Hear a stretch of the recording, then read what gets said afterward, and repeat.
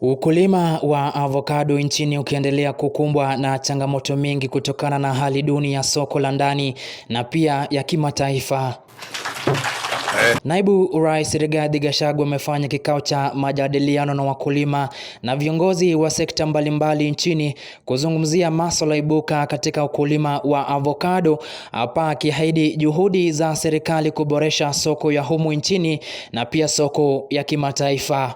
CDA and KEFIS to serve the farmers better, to serve the exporters better. I think that is something we are going to work on in terms of enhancing their capacity, in terms of dealing with the duplication, in terms of making it smooth. You know, when you say that your goods cannot be inspected over the weekend because it's a weekend and they are perishable goods, that is very sad. That is something we shall address.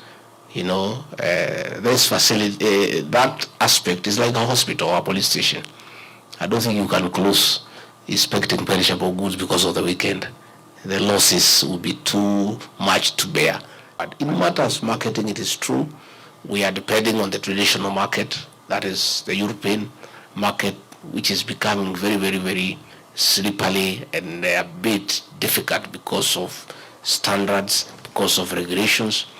And there is obvious need, even as we protect and enlarge that traditional market, for us to look for new spheres, to look for new areas, mostly in Asia, in America, and other areas around the world.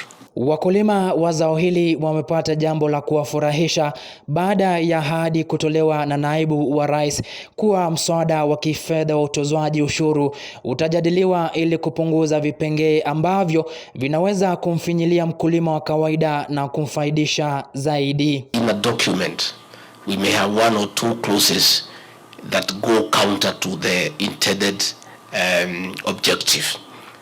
But I also want to say that even in any exam, 70% is an A.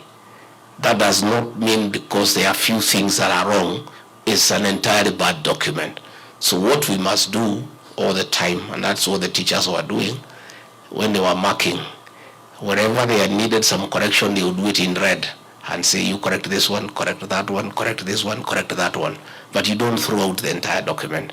So our members of parliament are seized of the matter. Discussions on the finance bill have started in earnest. In the next 2-3 months, the MPs will do what they need to do. Pale chini ambapo hapo ndio najua makamu wa rais uko na interest na wale watu wako wako pale chini. Aidha, viongozi wa serikali kuu na pia wanaoishi katika nchi za ughaibuni wameraiwa kubadilisha mienendo yao ya kufanya diplomasia ya urafiki na badala yake kufanya diplomasia ya kibiashara na pia maendeleo ili kuipanua soko ya zao hili katika nchi za ughaibuni. We must change the way we do diplomacy from the traditional diplomacy of just looking at good relations to commercial diplomacy.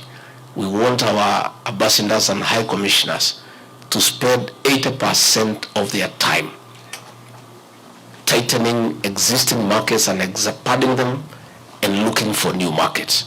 We have at least two broad responsibilities. On the cooperatives is to aggregate and for purposes of consolidating for access to crude markets. Fred Kwambua, Undugu TV.